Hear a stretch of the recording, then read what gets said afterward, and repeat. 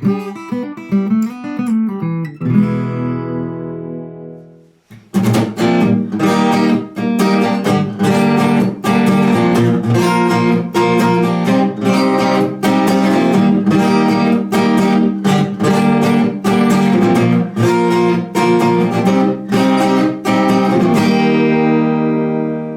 guys, welcome back to Bitesize Guitar and to another guitar tutorial. Today we're going to be looking at Dominic Fike's 3 Nights.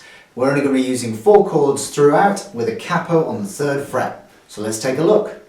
Okay, so with our capo on the 3rd fret, the 4 chords we're going to be using throughout are a C major chord, an E minor, a G, and an A minor. So let me first take you through how to play those 4 chords. Our first chord, C major. Here I'm not playing the bottom E string, starting with my 3rd fret up from the capo on the A string, 2nd fret on the D string. I'm leaving the G string open, 1st fret on the B string, and the high E is open. Our E minor shape then, I'm now playing open E on the bottom E string, 2nd fret up from the capo on the A string, 2nd fret on my D string, and the remaining G, B and E strings are all open. For our G major chord, I'm going to be playing 3rd fret with my 2nd finger on the bottom string, 2nd fret with my 1st finger on the A string, the D string and G strings I'm going to leave open, 3rd finger on the 3rd fret of the B string, and 4th finger, 3rd fret, high E string. And finally our A minor chord. Here I'm not playing the bottom E string again, playing the open A string, 2nd fret with my 2nd finger on the D string, 2nd fret with my 3rd finger on the G string, 1st fret with my 1st finger on the B string, and the high E is once again open. Okay, so the order in which we're going to play those 4 chords throughout the entire song is C major, E minor, G major, and A minor. So let me just show you a really concise way that you can change between those 4 chords. So the idea is that if you already have a finger down on the correct fret, ready for your next chord, to not remove it simply to put it back or to put another finger in its place. So for example, C to E minor, if I'm playing the textbook versions of both of those chords, I would have to remove everything from my C major shape in order to come back down to my E minor shape.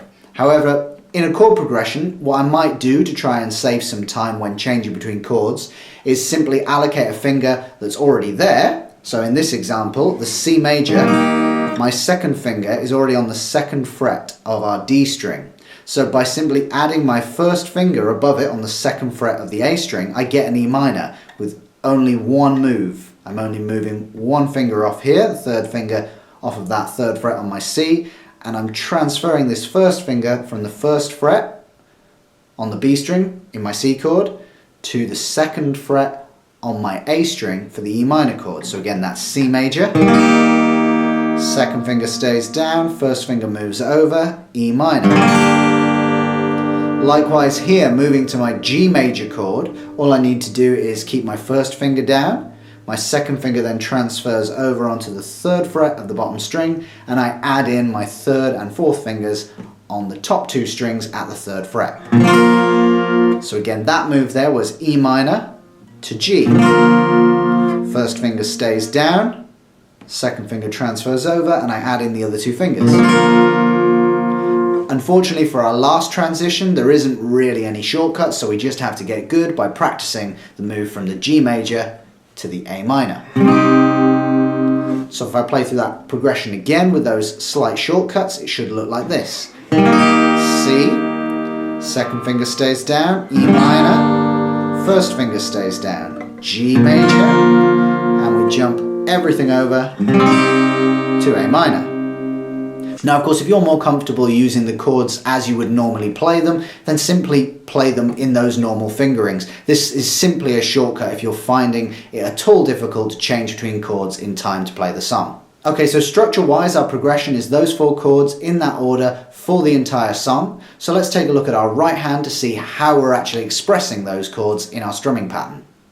Okay, so our strumming pattern, much like our chord progression, is going to remain the same throughout the entire song. What I'm going to be playing is this: 1, 2, 3, 4.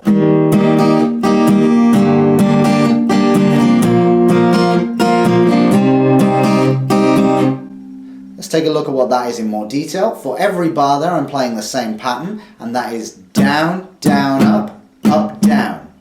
Again, that's down, down, up, down. Or we could count that as 1 and 2 and 3 and 4, and 1 and 2 and 3 and 4 and. So I'm missing out the and of 1, I'm missing out beat 3, and I'm missing out the and of 4.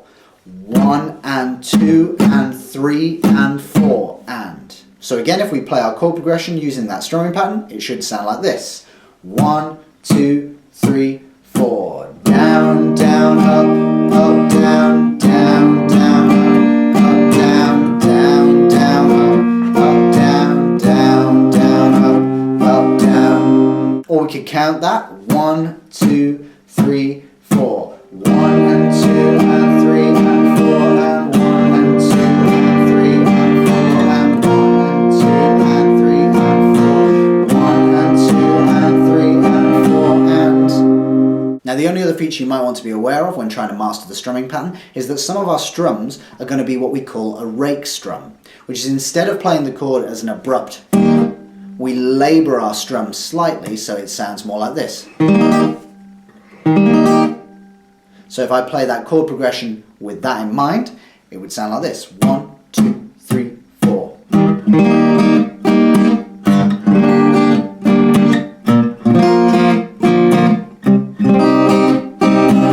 Now you might notice as well that sometimes I'm not actually playing the whole chord. So on that beat 1, quite often all I'm doing is emphasizing the bass note by playing just the lower strings. You don't have to worry about being too accurate with this, as long as you're playing the lower strings and then getting that full rake strum in, which covers the rest of the entire chord. Now again, don't worry about it if you find that a little too difficult or complicated at this stage. The only reason really to do that is to add a little bit of interest and kind of dynamic contrast to the strumming pattern itself, as sometimes playing the same thing repeatedly throughout the song might get a little bit tiring for you and for the listener.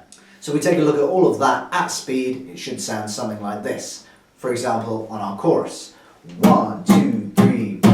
3 nights at the motel under street lights, the city of palms. You can call me what you want when you want, if you want. You can call me names if you call me up.